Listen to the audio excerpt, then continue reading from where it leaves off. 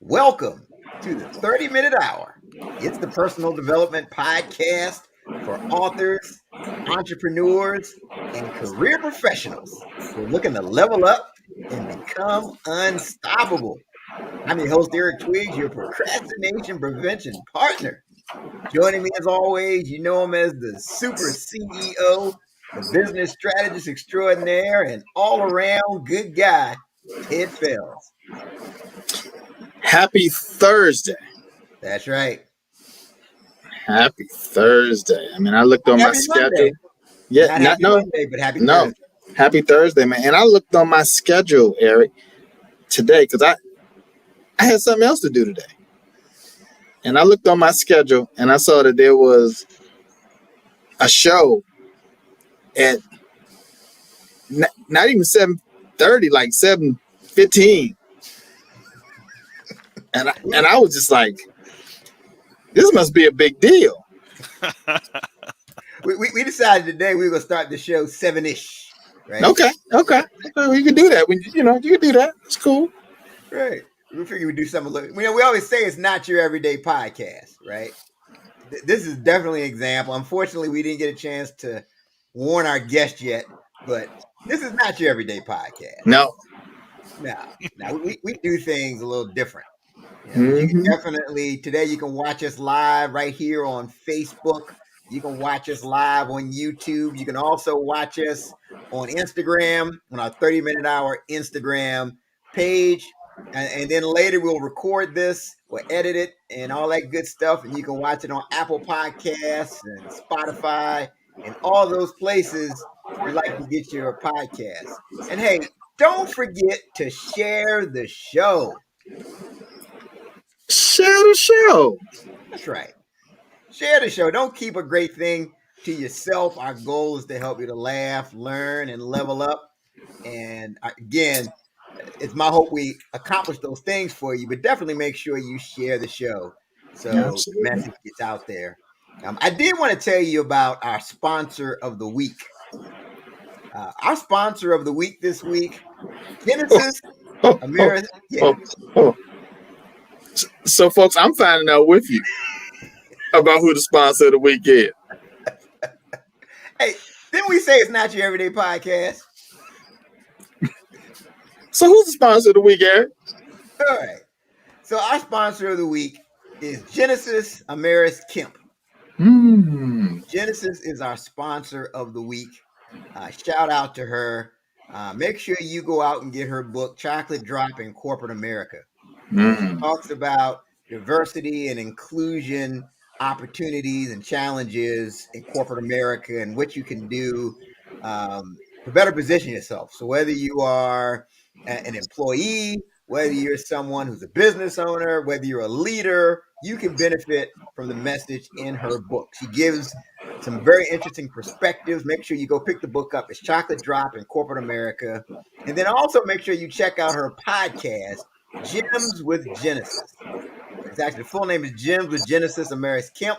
It's on all those places, Apple Podcasts, Spotify. It's also on YouTube. Make sure you check her out. She's a friend of the show. She's actually a previous guest of the 30-Minute Hour podcast. Make sure you check her out, check her podcast out, get her book.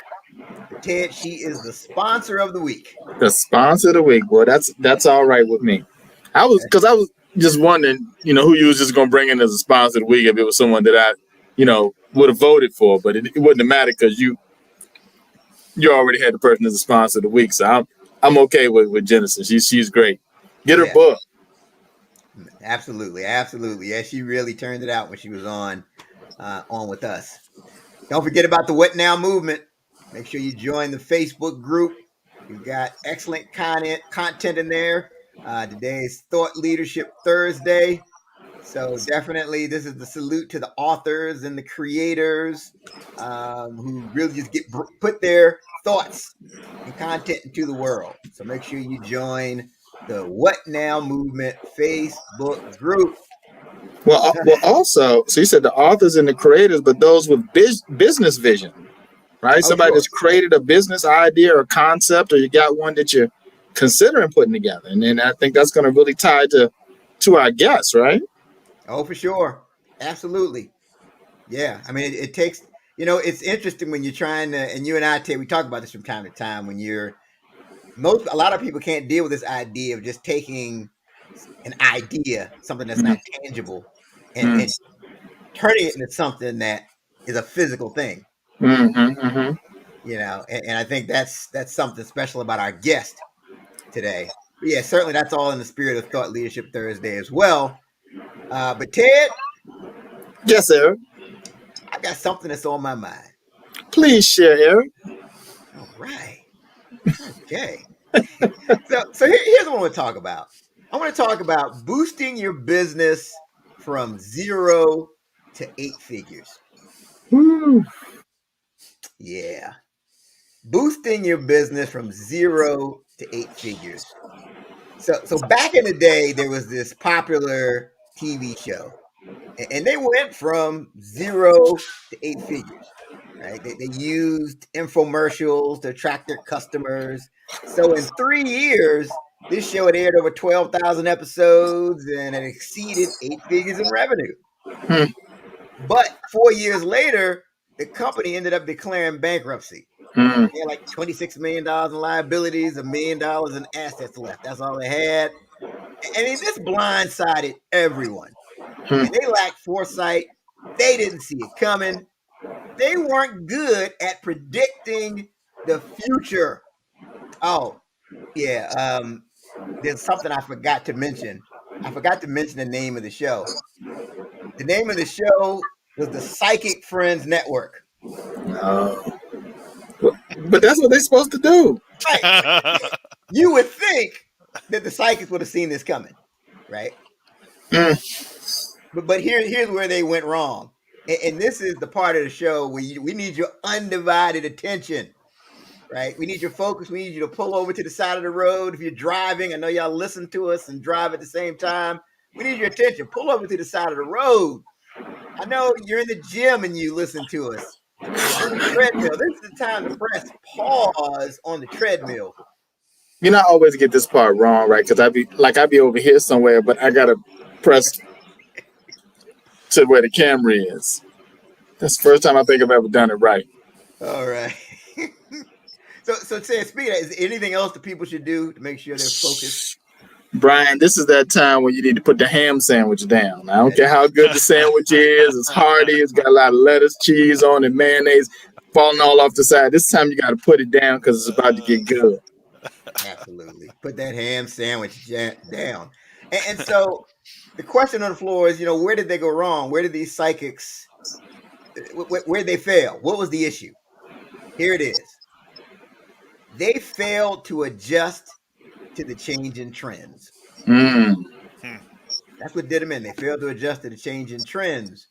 And so based off of customer feedback back then, things were starting to trend towards like the lottery and romance, and these other networks were changing their programming, but the psychics, they just kept doing the same thing, kept the focus on the psychics. They didn't see it coming, even though as a psychic you should see things coming. But they didn't adjust to the trends. And this is important because our guest today, he boosted his business from 0 to 8 figures.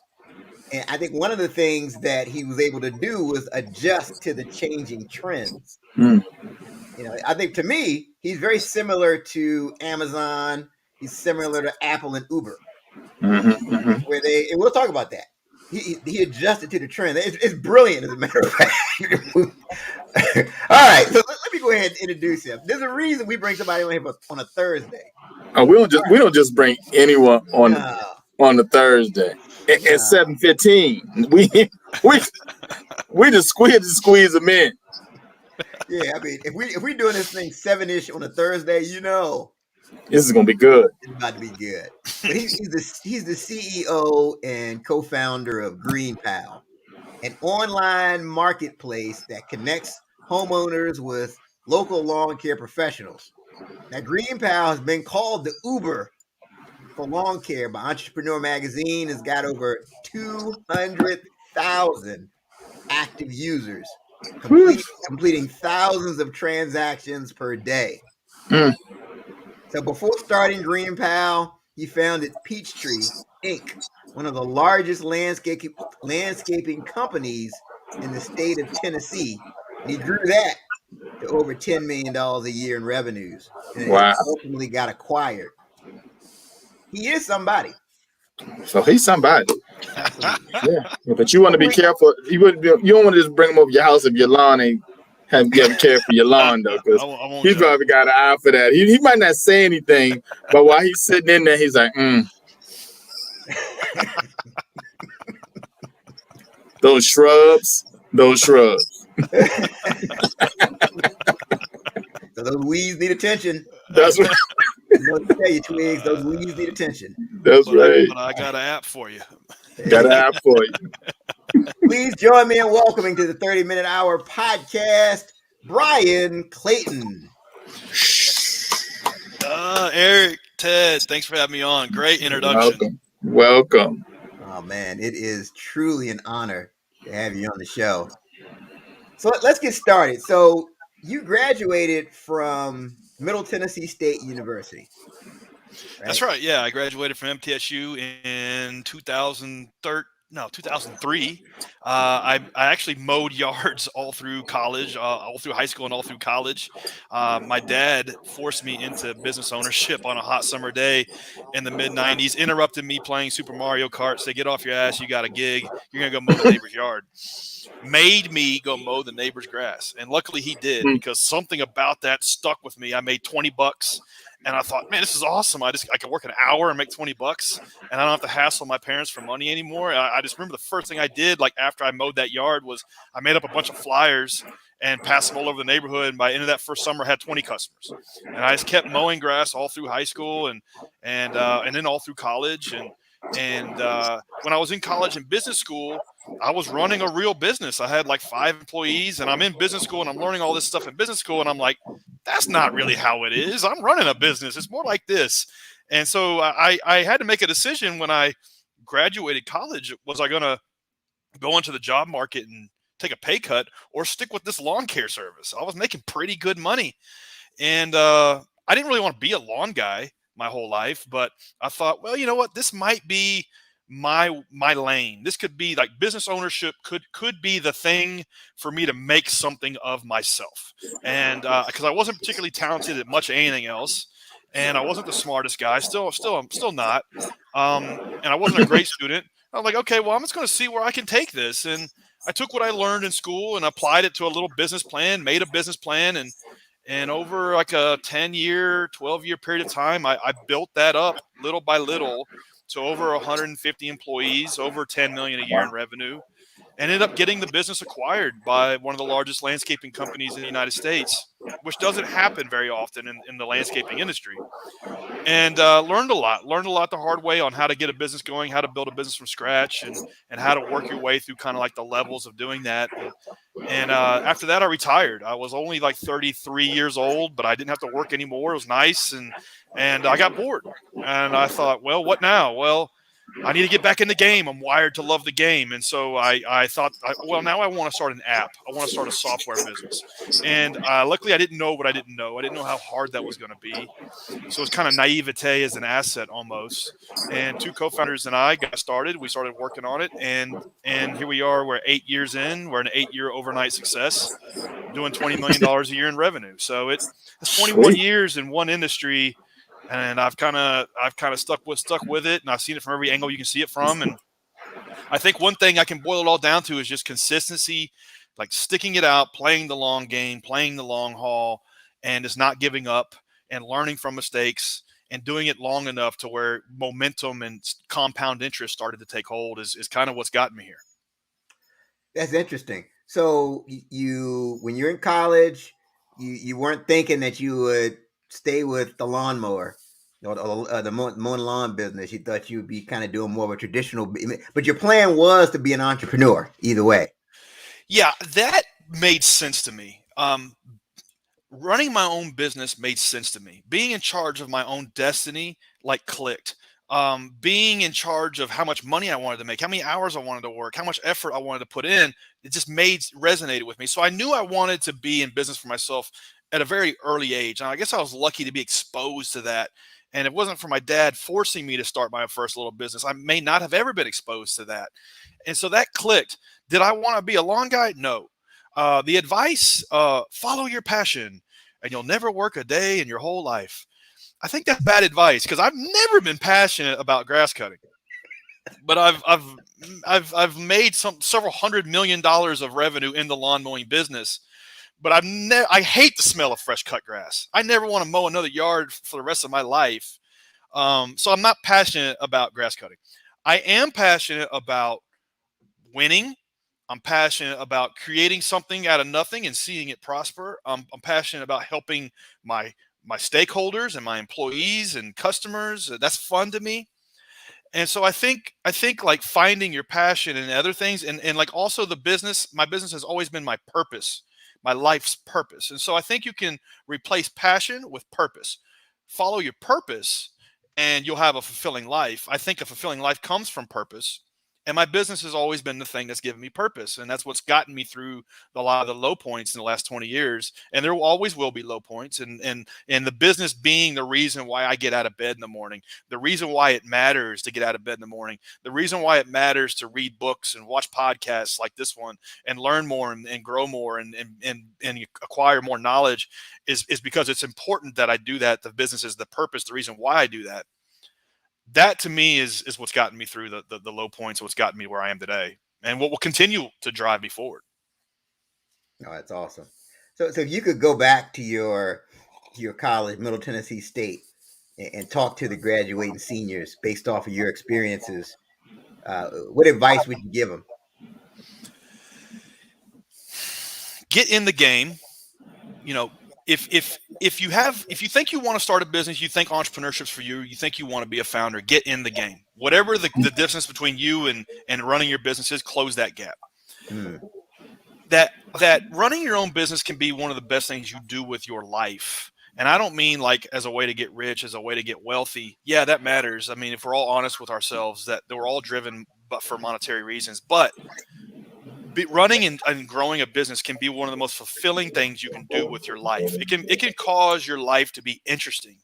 If you look at your life in the context of a story, in the context of a movie, and you're the main character, you're the hero, there's ups and downs, and like there's all of these high points and low points. Like your business can be the thing that lends an interesting storyline to your life, versus like spending 20 years in a cubicle somewhere. Like your business can lend an interesting storyline to your life. And so that would be the thing that I would tell like my younger self, or I would tell people who are young, who are considering this path in life, that it can be the thing that causes your life to be interesting.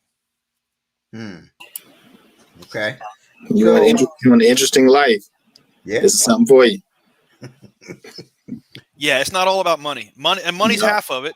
And a lot of people want to be it's not about the money, it is about the money. No, it's let's get this money and let's have purpose in life. It's both. It's and. Let's do both. Like let's have a successful, profitable business so we can reinvest that money into growing a bigger, better business, hire more people, give more people opportunity, create more opportunities for people that work for us, create a better experience for our customers. Let's make some money. And also, this is about our life's purpose. This is why we get out of bed in the morning. It's both. It's not or, it's and. It's both of those things. You know, it's interesting to say that, Bryan. You know, a lot of times, these weeks when it's like Monday, right? And you're like, oh, man, it's Monday. But then when you really think about it, when you're a business owner, you're like, I don't have to go in here if I don't want to. No. Right? You don't. But it's my thing. So I go in there and, I get to it, right? I mean, it's something that you like you said, it's a purpose. It's that, it's that game you just can't put down. Every day's Monday when you're a business owner. That's it. That's it. That's it. That's it. It's funny you say that. You have people sometimes are like, oh, it's the weekend. You're working. It's Saturday. What? Listen, yeah, it never goes to sleep. It's going to require that of you. And one of the reasons is I've kind of made sense of this. It's like, as a business owner, you're going to be working in your business. So you're going to be doing all of this stuff to make it work. In my case, it's like, we're in the lawn care service industry. It's making sure the trains run on time. It's making sure the customers are happy. It's making sure that things are working. It's working in the business. And then you're going to work on the business. You're going to be working on systems, processes, strategy, culture, all these things that are high leverage, that are strategic in nature. Work on the business, and then you're going to work on yourself. You have to learn all of these things. You have to read books. You have to watch conferences or go to conferences. You have to listen to podcasts like this one. You have to work on yourself, because none of us are born with these skills that we need to run a successful business. We got to learn this stuff. And that's one of the cool things about running a business, is that it's going to require you to do that. It's going to require you to level up. At least it has for me. Every 3 to 4 years running a company, I completely evolve as a whole new person. Not the same person I was 2 or 3 years ago, because the company required me to become a better manager, better leader, study things like data analysis, which I hate. I hate spreadsheets. I hate graphs, but I got to learn like a little bit to be good at it. And it's like the business forced me to do that. And so that's one of the cool things about it. It's like you're going to work on yourself. You're going to become a smarter, more humble, wiser person. That's one of the cool things about business that I love. Wow. Man, those 3 points there, Eric, that's big right there. Working in the business, on the business, and on yourself. That's why it's 7 days a week. That's why your friends are asking you, why are you working on this on Saturday or on Sunday? There ain't enough hours. I got to do all 3 of these things. Wow. That's good stuff there. But I think the key is you have to work on yourself. Right? I think that takes a level of humility. It takes you understanding that you don't know everything and there's always more to learn. Even as you're starting to do well, you still have to have that mindset like, okay, I need to keep working on myself. One of the most humbling things you can do with your life is start a business.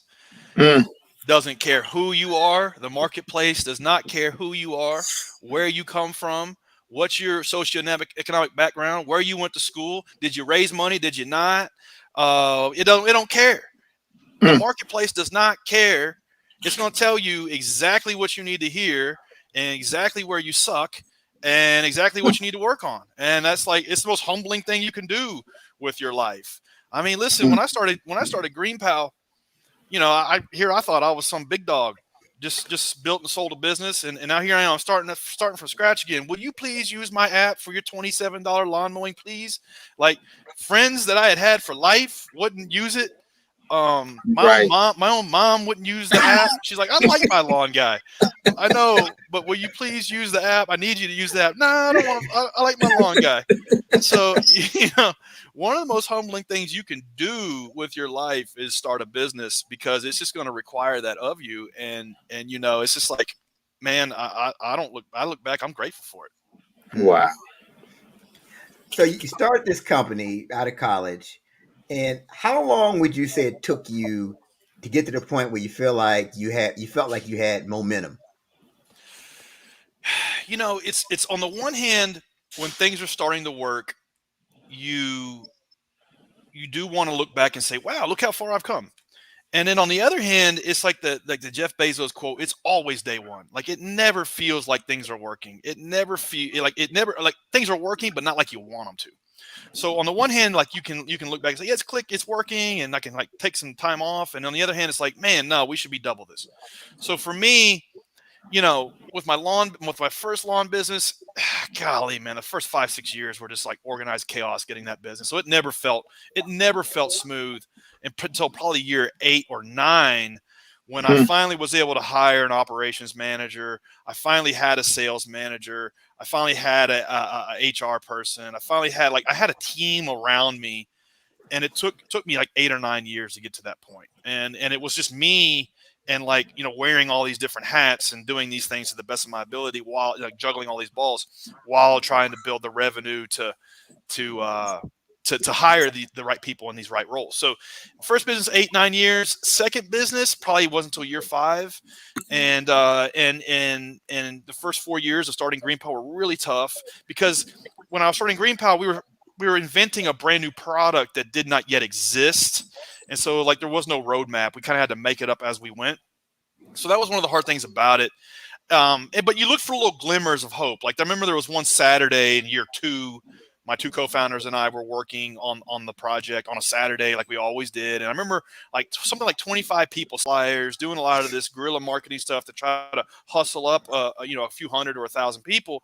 And so I figured, okay, so stuff that we were doing to acquire users was working, and all it took was 20 people I didn't know on a Saturday that let me know that this thing was going to work. It's working. Wow. Yeah, you just said something that I think can help some people.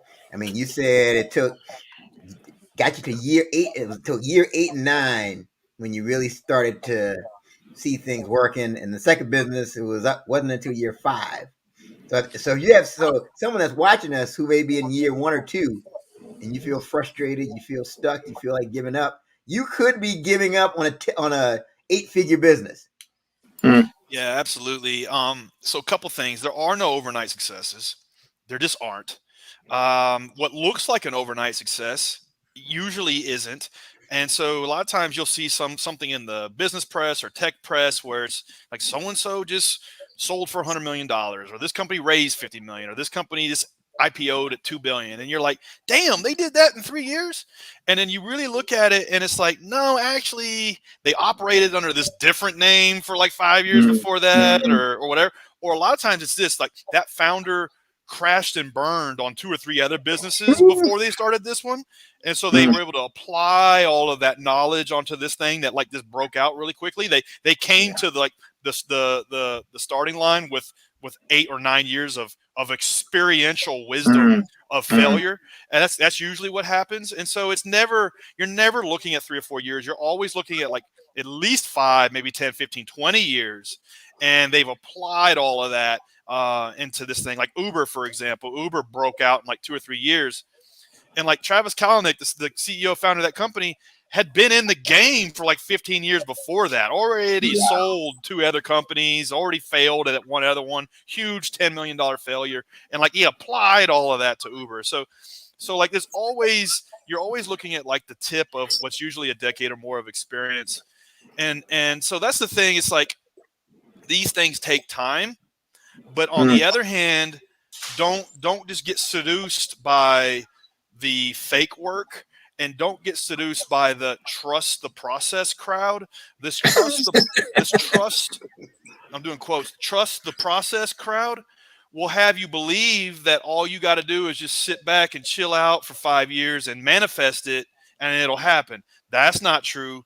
So it's like it's both. It's yes, these things take time, but you got to map this stuff out almost like a video game. Like you got to literally lay it out in 10 levels, and you got to grind out every level at a time and hold yourself accountable to get through that level and get it done, and then get to the next level. So level 1 might be, I need my first 250 customers and my first $2,500 a month in revenue. And I'm not in the game until I get that. And it's whatever it takes, get through level 1. Level 2 might be 500K in revenue or 200K in revenue, whatever it is. Do everything you can do to get through that level. Don't worry about anything else until you get through that level. And that helps you be held accountable to keep momentum, keep progress going. So you're not in like the manifest, trust the process crowd, but you're also not in the crowd that's just sitting here thinking it's going to happen overnight. It's a balance of both. Now, I agree 100%. So like, it's something I was talking to somebody. I was telling them about this idea of aggressive patience, right? So you gotta go after it. You gotta be focused. You gotta be making things happen. But at the same time, you have to recognize that it does take time. Yeah, That's not going to happen overnight. It's going to take time. Entrepreneurship's full of all of these dichotomies, and one of them is like you got to have this huge goal, huge goal, and it might be $1 million, $10 million, $100 million company, whatever it is, big goal. And then you also have to think and act very, very small. Like you have to like work really, really small over and over and over again for a long time to build up that compound interest so that thing becomes big. And so you kind of have to do both. You have to have the big strategy, the big goals, but you also have to think and act very small. The problem is a lot, especially these younger entrepreneurs, they don't want to be seen at the bottom. They don't want to be seen doing the stuff that isn't glamorous, that nobody else wants to do. And there is no shortcut for that. You're going to have to do it. And you know, for tech startups, this means like, you know, you can't just sit behind your computer and like write code all day or write blog posts all day. You got to get out of the building. You got to do some hand-to-hand combat. You're going to have to get into the real world and hand crank some of this stuff to get through like this metaphorical level 1 that I've brought up. You're going to have to hustle your way through the first few levels. There's no shortcut for that. Now that's great advice. So you mentioned earlier, you started talking about there's low points. Can you share one of your low moments? I don't want people to think it's all rosy, you know, when they see somebody that's got a $10 million plus business. A lot of low points, man. First in my, you know, everything from like key employees quitting on me at times when I really, really, really, really needed them, just leaving me hanging out to dry, you know, like having to work through that. But one really low point, running the first business, probably had 100 employees, and it was during the 2008 financial crisis, and payroll was like $112,000 a week. And it was Sunday night and I had $17,000 in the bank. Payroll was due on Monday morning. So here I am, I got like an $80,000 shortfall. And so it was a really, really tough point running that business. I had to like bring everybody together and like tell them, like, listen, we're not going to make payroll this week. I promise I'll make everybody whole. Here's my plan. It's going to take me a month to get back on top. And I will pay everybody every dime they're owed, but this is the situation. Here's the mistakes I made that got us here. I was just very like open about it. And if anybody doesn't want to stay, I understand. And man, like, it was a tough thing that we got through. Everybody ended up staying. We ended up getting through it. And it was one of those things, like, looking back, I was glad it did happen. Like, it didn't happen to me. It happened for me as the founder. It happened for me because it was like a moment of clarity. It was a wake-up call. It was a forcing function that caused me to kind of like take the business back down to its studs and rebuild it. And so it was a good thing in the end. And a lot of times bad things that happen to you in life and business, you'll look back 5 or 10 years later and be glad they happened. And that was certainly one of them. So that was a tough one. You know, with GreenPal, there's been a lot of tough ones. There was a time in like year 3 where the site went down for a day and we didn't know and nobody told us. Wow. I was like, damn, the site's been down all day and nobody cared. No wonder we didn't get any kids. That was a punch in the stomach, man. Wow. And you know, it's like entrepreneurship is like going from failure to failure without a loss of enthusiasm. You know, you just keep going. You just keep going. You learn, you rinse and repeat, and just keep moving forward. That's the only way to do it.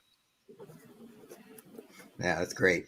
So let's talk about GreenPal. This fascinates me. So it's like an Uber model for landscaping and lawn care. Talk about exactly how it works. I just think this is the greatest thing. Yeah, so it's an app and website that connects homeowners with local lawn care services. So if you're a homeowner, you need to get your grass cut rather than calling around on Craigslist or Facebook or Yelp or asking friends and family for recommendations. You just download our app and you'll pop your address in. You'll get 4 or 5 quotes back in less than a minute or two. You can read reviews and hire the contractor you want to work with. You get the pricing, everything back in minutes. You hire who you want to work with. They come out and mow the yard for you. They upload a picture of the completed work. You approve it. If everything went well and you like their job, you can just book them for the whole season, and it just happens like magic. You don't have to worry about scheduling them. You don't have to worry about mailing them a check or anything like that. It just happens. For the lawn care service, it's really kind of like a business in a box. It's everything from getting new customers to organizing your route to getting paid on time to marketing automation, you know, upselling additional services and ongoing services. So it's really everything turnkey that lawn care services need to run their whole business. And that's really who we really are, really why we do what we do. We want to offer anybody that's willing to work hard an opportunity to grow a successful lawn mowing business on top of our platform. Because if these folks win, we win. And so that's how we look at it. You know, that's pretty interesting. You know, I have a good friend of mine, and we were, like, I guess, you know, probably like in college, and he started his own lawn care business, right? And he was out there, and man, he just started getting a lot of clients, and things was picking up, and he was just totally overwhelmed. That's right. Yeah. If something like this was in place then, Man, that could have really been helpful. The challenge of running your own lawn mowing business is you have to be good at all this stuff. You got to be good at getting new customers, getting the work done, scheduling it, doing all the bookkeeping, mailing out all the invoices, making sure everybody's getting paid, and then accounting for your time, making sure you're making money. We try to make their life as simple as possible to where all they have to do is just do a good job for their clientele when they're supposed to be there, and just handle all that for them to almost where it's like a business in a box, and they don't have to do any of that stuff. They can spend nights and weekends with their family or doing what they want to do. They don't have to spend it like doing bookkeeping, mailing out flyers, or mailing out invoices. Wow. Eric, you and I are about to get out here and start doing a little bit of lawn care. Now, I'm going to let you cut the grass. I'm going to be working with Bryan. I'm talking to Bryan. We can come up with strategy and all. And get you one of those push lawnmowers. Hey, that's where I started. That's right. That's right. I can see me doing the riding lawnmower. You know, in some little tiny yard. I'm riding around this little circle. You know? That's right. That's awesome. And the service is nationwide. It's nationwide. We spent 4 years just in Nashville, Tennessee, trying to figure out how do we build the app to where it satisfies the wants and needs of both sides of the really have two customers. And so homeowners have all these things they want, contractors have all these things they want. And so we had to like balance those two over a long period of time and figure out how do we orchestrate like the delicate balance. It took us a long time. What got us through that was just focus. We focused just on one city, one area, one set of users, and really kind of like experimented our way into a product that worked. Then once we figured out it was working, we then started moving into other cities and had to really build every city from the ground up. Every city in town had to be like marketed and built from scratch. And so it took us a while, but now we're nationwide. Wow. But it sounds like you studied kind of consumer trends and saw that people are they're looking for convenience. Yeah, it was two things. One was running my own landscaping company. I saw this every day. As my company got bigger, my landscaping company, we no longer did residential work. We had, 90 trucks going out every day, and we were doing big commercial jobs, airports, like office complexes, restaurants, banks, things like that. We no longer did the basic $28 lawn mowing. This wasn't profitable for us. But something like 40 or 50 people a day would call my office and, hey, will you come cut my grass? And like, well, no, we don't really do that anymore. And so what we do, one of the values we had running that business was to always be helpful. And so we would keep a list of names and name and phone numbers of people that of local lawn care services that did do those small jobs. We would refer those numbers out. And then so the person would, oh, thank you so much. And then sure enough, the next day, hey, I called all those people, and like one called me back and one promised to come do the job, but they never came out. And like, do you have any more names and numbers? And so it's like no good deed goes unpunished. But I saw this every day where there was a big disconnect between your smaller contractors who wanted those small jobs and homeowners that needed those small jobs to get done. And so I thought an app needs to exist to connect these two. Then I'm seeing what, Lyft, Uber, Airbnb, even DoorDash at the time we're doing connecting consumers with gigsters and suppliers. And I thought, okay, yeah, this is going to work. It's only a matter of time. Let's just stick with it. Let's dedicate literally a decade to this thing. Wow. And that's so it was a combination of my own experience, which I think can be helpful for anybody starting a business, is like just solve your own problem, which is what I was doing, and then observing consumer trends and observing like a change in like expectations that the consumer was getting. And I thought, yeah, this has to exist. It's going to work. Wow. So you're one of the few people on the planet that can say they built 2 8-figure companies from scratch. Yeah. Well, there's a lot of successful entrepreneurs that have done that, but I'm one of the few that has done the blue collar side and learned how to code. And so that's one of the unique things about me is, if you need me to change your transmission and you're at Ford F-250, I can do it. If you need me to get under the hood of your website and figure out why there's a bug on there, I can do that too. So that's one of the unique things about me, is that I ran a blue collar business for so long. Very, very, very hand-to-hand combat in the trenches. And then I kind of had to reinvent myself as a tech entrepreneur. That took like 2 or 3 years, and did that twice, and built 2 8-figure businesses doing that. And that's one of the things I guess I'm proudest of most was that evolution to go from blue collar entrepreneur to tech entrepreneur. Wow. So when you were just starting out, I'm sure there had to be a time when you saw yourself being really successful, right? You had this vision of yourself. So now you're walking in that vision. Is it what you thought it would be? Yeah, there's been moments of that over the last 20 years. My first company, I was doing really well running that business, making really good profit, and no, it never feels like you think it would be. Matter of fact, it's always like, what's the next level? Like, I need the next level. What's the next thing? And so the business kind of like does that, keeps you driving forward. In fact, that was one of the reasons why I sold that first business, because I was plateauing personally. My growth was plateauing, and I felt it. And I thought, wow, I need to move on to the next thing. And so that was like kind of the thing that caused me to explore selling it. With GreenPal, every year is a new set of challenges. Every level is a new set of challenges. A new final boss at the end of every level. And so I've never felt that, and I have never felt like we've made it.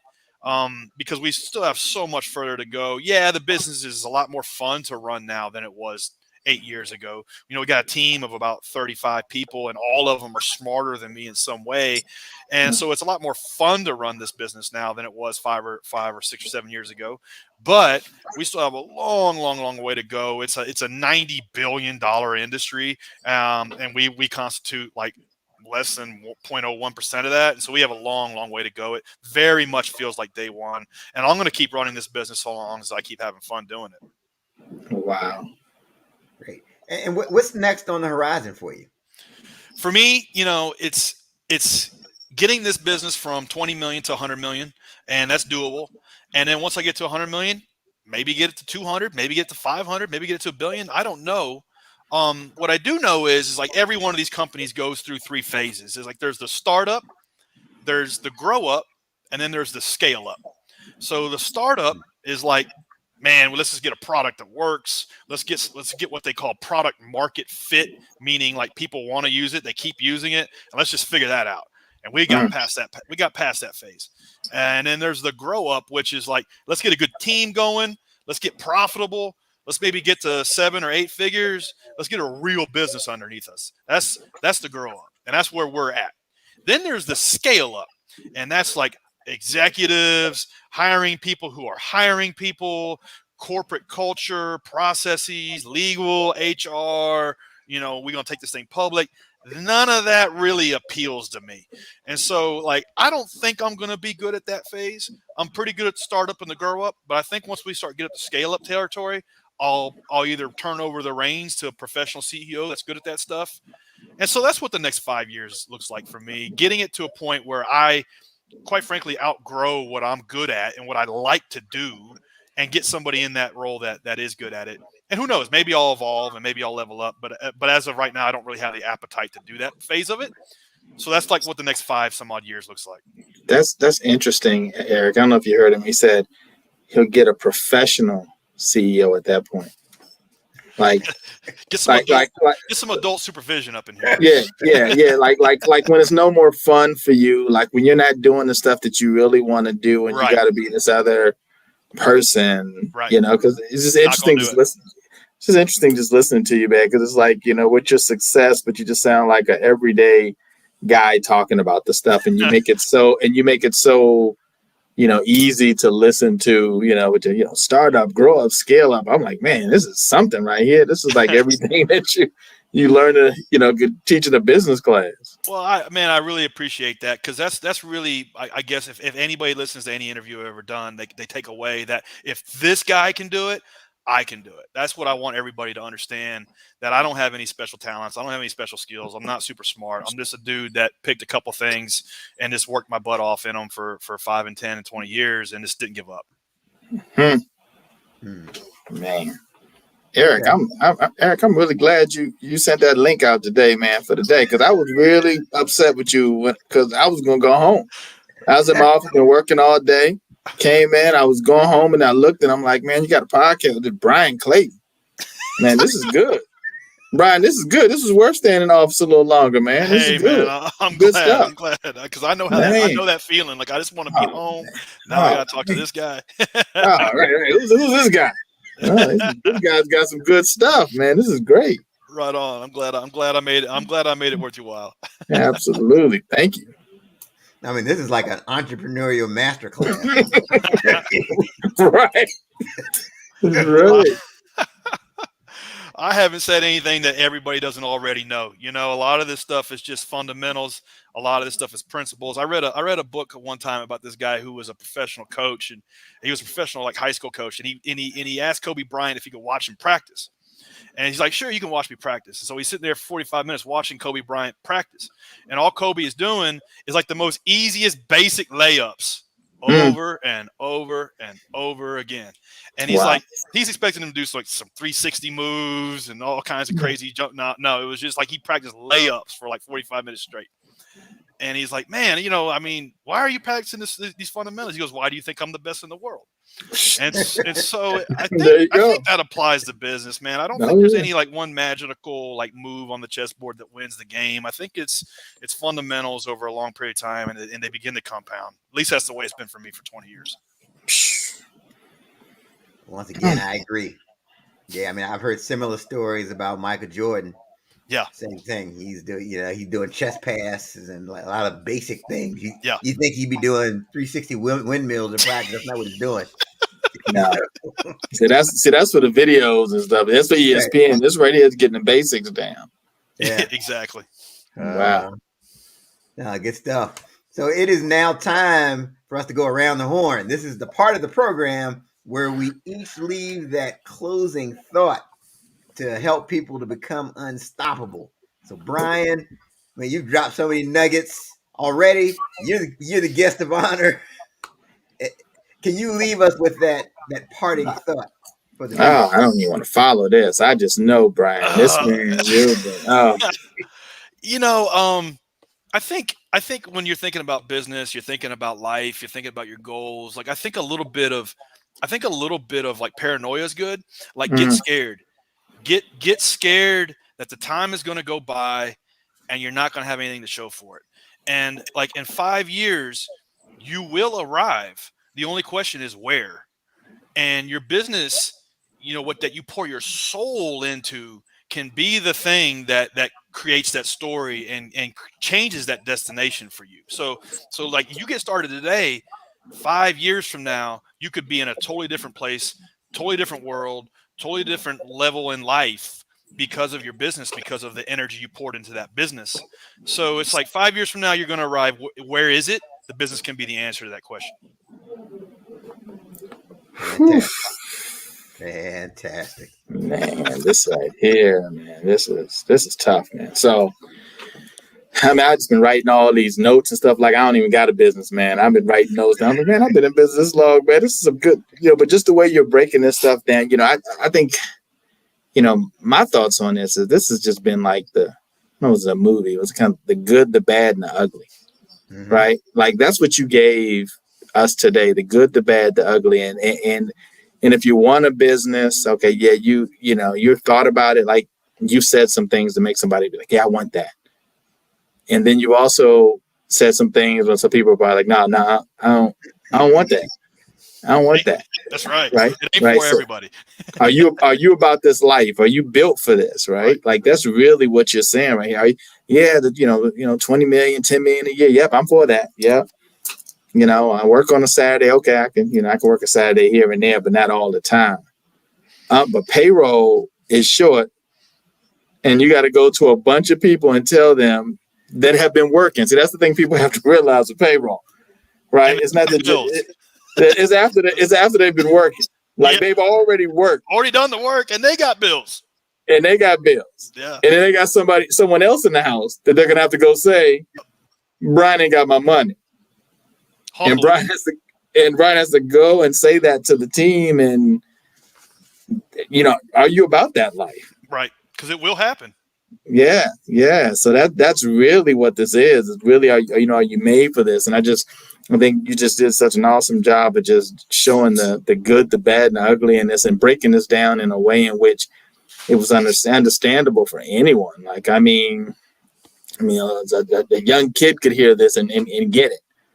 Right. So yeah, man. So I just think it was great, and we just appreciate you being here, man. Just an awesome guest, and I'm glad I didn't go home today and I did stay in here, because I thought about it. I'm just gonna let Eric do this himself, or he gonna be putting podcasts at 7-ish on a Thursday, working hard all day, been up 4 o'clock in the morning. But I'm glad I stayed, man. This is great.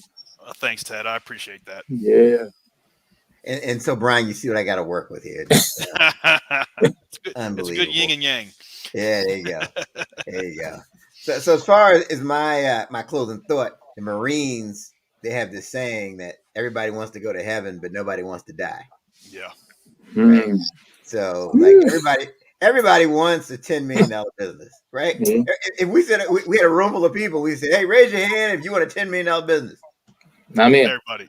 Okay. Now raise your hand if you want to have $17,000 in the bank and payroll $100,000. No hands going. I'm out of here. I'm out. It's gonna happen. That's it. But the key is, I think you have to be willing to go through what it takes to get to the other side, and not give up. Right, and not give up. And I think when you make it to the other side, now you're positioned. That's why Bryan can talk to us, in such a basic common sense way about these things, because he's been through it. And it resonates with people because he's been through it. He came out on the other side, so he knows what it takes. But I just think that's key, and you just have to understand that you do have to go through to get to where you're trying to go. I appreciate that, Eric. Those are kind words, and I try to, I'm not a smart guy, and I hope it my common sense and practical tone comes through, and it helps people get confidence. Like, if this guy can do it, I know I can do it, and that's what maybe hopefully we inspired one person to start their business today. Absolutely, or to stay in it. Yeah, right. That's the other thing. Stick it out. Yeah, I'm telling you, there's somebody that is in year 2, and they just fed up, frustrated, going through the payroll thing. But I think they heard you, and they're like, okay. Yeah, I'm going to get my employees together. I'm going to talk to them like Bryan did, and we're going to make it. We'll be okay. Absolutely. Yep, for sure. Yeah, this has been an awesome episode. So, Bryan, can you please tell the people how they can connect with you? Yeah. So anybody who doesn't want to waste time cutting their own grass, just download GreenPal in the App Store or Play Store. Anybody who wants to get at me, I put all of my effort into Instagram. So you can hit me up there. Just drop me a follow. I'll follow you back. Drop me a DM. My Instagram is Bryan M. Clayton. All right. Bryan M. Clayton. Fantastic. Bryan's so cool and laid back. I thought Bryan was like, man, just give me a call. Like, here's my number. Just give me a call. Just come over. Have a beer. I mean, that's a right on. Good stuff. Oh, man. So we told the people, Ted, this is not your everyday podcast. Man, you need to hear this, boy. You missed this one. I'm telling you, you go ahead and rewind and listen to all the stuff that Bryan shared with us. Certainly want to thank him for sharing what he shared. Again, make sure you share the show. Speaking of sharing. Share the show. That's right, people. Share the show. Share the show. Share the show. Hopefully we made you laugh, learn, and level up. And don't forget, you can listen to this again on Apple Podcasts, on Spotify, and any of those other places. This has been an awesome episode. Thank you again, Bryan Clayton. Man. Eric, Ted, thanks for having me on, guys. I really appreciate it. Oh, man, we got to get you back. What you doing tomorrow? Let's do it. What we'll do is in a year or two, when we bust 100 million, I'll come back on and tell y'all about it. Oh man, you heard it here first. Yeah, we're gonna be trying to cover. He's talking about it like it's a done deal. So hey, it's gonna happen.